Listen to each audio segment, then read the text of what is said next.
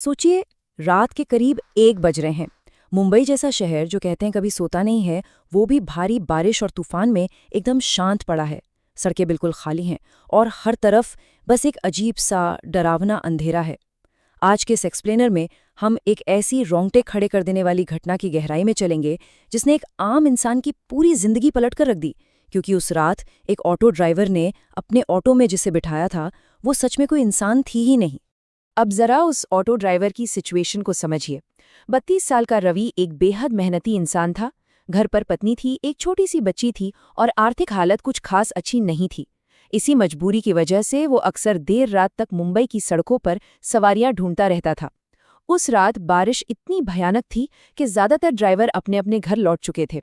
लेकिन रवि ने बस यही सोचा कि चलो, बस एक आखिरी सवारी मिल जाए, फिर सीधे घर चला जाऊंगा। और दोस्तों, उसका यही एक फैसला उसकी जिंदगी की सबसे भयानक रात की शुरुआत बनने वाला था।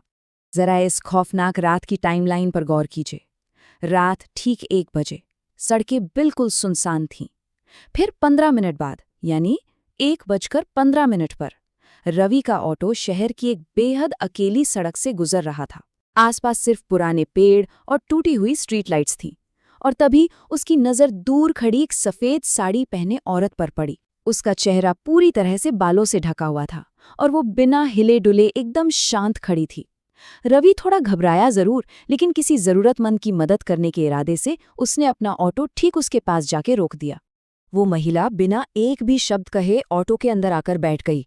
और आप यकीन नहीं करेंगे, उसके बैठते ही ऑटो के अंदर का तापमान अचानक से बहुत ज्यादा गिर गया। एकदम जमा देने वाली बर्फ जैसी ठंड। रवि ने रियर व्यू मिरर से पीछे देखने की कोशिश की, लेकिन उस महिला का चेहरा अब भी बालों के पीछे छिपा था। जब रवि ने हिम्मत करके पूछा, मैडम कहाँ जाना है, तो कुछ सेकंड के एक बेहद डरावने सन्नाटे के बाद एक बहुत ही धीमी और ठंडी आवाज आई, पुराना कब्रिस्तान। ये सुनते ही रवि के हाथ कांपने लगे, क्योंकि वो जगह शहर के एकदम बाहर थी और वहां दिन के उजाले में भी लोग जाने से कतराते थे। अब यहां से चीजें सच में बहुत अजीब होने लगती हैं।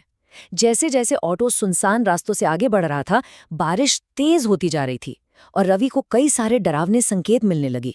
शीशे में उस महिला का चेहरा हर पल और भी अजीब लग रहा था। लेकिन सबसे खौफनाक बात क्या थी पता है? उसके पैर ऑटो के फर्श को छू ही नहीं रहे थे, वो हवा में झूल रहे थे। डर के मारे रवि का गला सूखने लगा और तभी ऑटो का रेडियो अपने आप ऑन हो गया और उसमें एक बहुत ही पुराना अजीब सा गाना बजने लगा। ये सारे संकेत चीख चीख कर बता रहे थे कि ऑटो में बैठी वो सवारी इस दुनिया की तो बिल्कुल नहीं है। बुरी तरह घबराए हुए रवि को रास्ते में एक सुनसान पेट्रोल पंप दिखा, तो उसने तुरंत वहां ऑटो रोक दिया। वो जैसे तैसे भागकर बाहर निकला और वहां मौजूद एक कर्मचारी से पानी मांगा। उसे लगा चलो थोड़ी राहत मिलेगी, लेकिन वो कर्मचारी पानी देने के बजाय एकदम खौफजदा होकर ऑटो के अंदर बैठी उस महिला को घूरने लगा। उसने कांपते हुए रवि से पूछा, तुम इस औरत को कहाँ से लाए हो? रवि बिल्कुल हैरान रह गया। उसे समझ ही नहीं आ रहा कि आखिर बात क्या है। और फिर उस पेट्रोल पंप वाले ने जो कहा, उसने रवि के पैरों तले जमीन खिसका दी। उसने डर से कांपते हुए बताया कि ऑटो में पीछे जो औरत बैठी है वो कोई और नहीं बल्कि 5 साल पहले ही मर चुकी है। Can you imagine? ये सुनकर रवि की हालत खराब हो गई। उसने तुरंत झटके से पलटकर अपने ऑटो की तरफ देखा। वो महिला अभी भी वहीं अंदर बैठी हुई थी, लेकिन अब हालात पूरी तरह से बदल चुके थे। इस चौंकाने वाले सच ने वैसे ही रवि के होश उड़ा रखे थे कि तभी रेडियो ने उस डर को 100 गुना और बढ़ा दिया। अचानक से उस बंद रेडियो से एक टूटी हुई रहस्यमयी सी आवाज गूंजने लगी, वापस जाओ। रवि ने झटपट जाकर उसे बंद करने की कोशिश की, लेकिन वो रेडियो फिर से अपने आप चालू हो गया। ये कोई छोटी मोटी बात नहीं थी, ये एक साफ चेतावनी थी कि रवि अब एक ऐसे भयानक जाल में फंस चुका है जहां से वापस लौटने का कोई रास्ता नहीं है। अब तक उस महिला का चेहरा बालों के पीछे छिपा हुआ था ना, लेकिन पेट्रोल पंप की उस हल्की सी रोशनी में उसका असली और खौफनाक रूप सामने आ गया। उसकी आंखें पूरी तरह से काली थीं, चेहरे का मांस सड़ा हुआ था और उसके होठों पर एक बहुत ही भयानक सी मुस्कान तैर रही थी। और सबसे डरावनी चीज, जब वो धीरे से ऑटो से नीचे उतरी तो उसके पैर उल्टे थे। तेज बारिश और हवा के बीच उसके लंबे बाल चारों तरफ उड़ रहे थे। ये नज़ारा किसी के भी दिल की धड़कन रोक देने के लिए काफी था।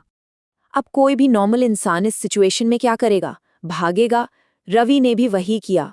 वो दहशत में आकर वहां से भागने लगा और रो रोकर रहम की भीख मांगने लगा कि उसे छोड़ दिया जाए। लेकिन वो आत्मा अब बेहद गुस्से में थी। उसने चीख कर आदेश दिया कि उसे उसके घर छोड़ दिया जाए। जैसे ही रवि ने पलटकर दूसरी तरफ भागने की कोशिश की, वो महिला वहां से अचानक गायब हो गई और अगले ही सेकंड वो बिल्कुल रवि के ठीक पीछे खड़ी थी। अब वो आत्मा पूरी तरह से सफर को कंट्रोल कर रही थी। अपनी जान बचाने का कोई और रास्ता न देखकर रवि को कांपते हाथों से वापस ऑटो स्टार्ट करना पड़ा। वो आत्मा फिर से पीछे जाकर बैठ गए। करीब 20 मिनट के उस जानलेवा सफर के बाद फाइनली वो ऑटो उस पुराने कब्रिस्तान के बाहर जाके रुका। वहां का माहौल इतना भयानक था कि मैं आपको क्या बताऊं।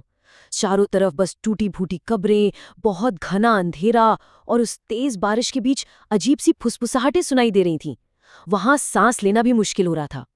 ऑटो रुकते ही वो आत्मा बहुत धीरे धीरे बाहर निकली और फिर बिना एक भी शब्द कहे उसने एक बहुत ही पुरानी कब्र की तरफ अपना हाथ उठाया और इशारा किया।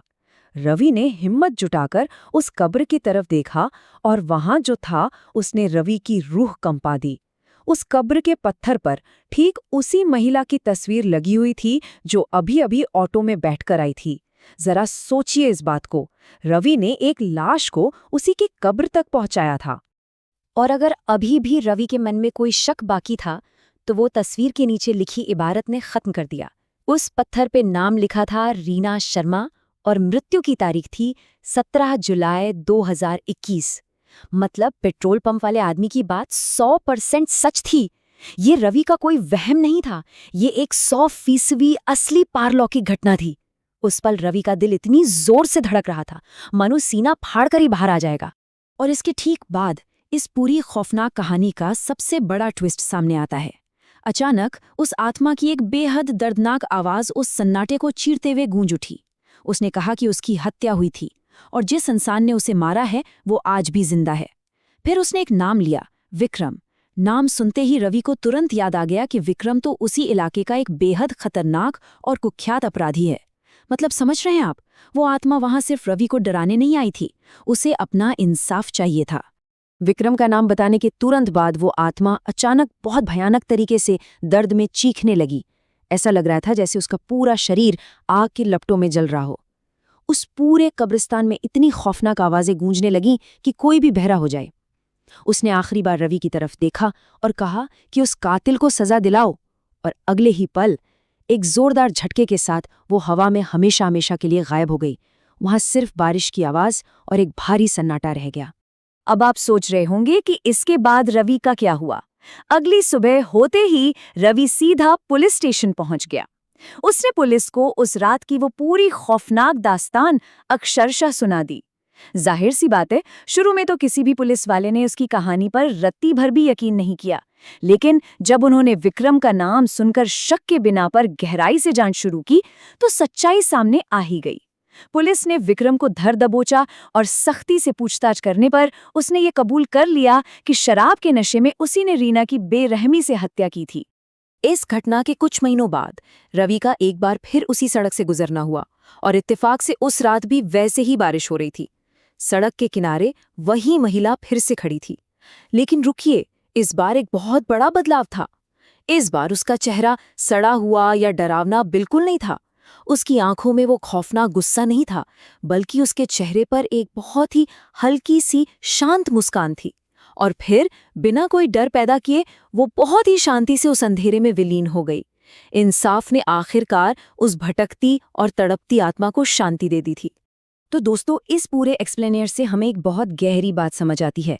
हर पारलौकिक शक्ति या भटकती आत्मा का मकसद सिर्फ और सिर्फ लोगों को डराना या परेशान करना नहीं होता।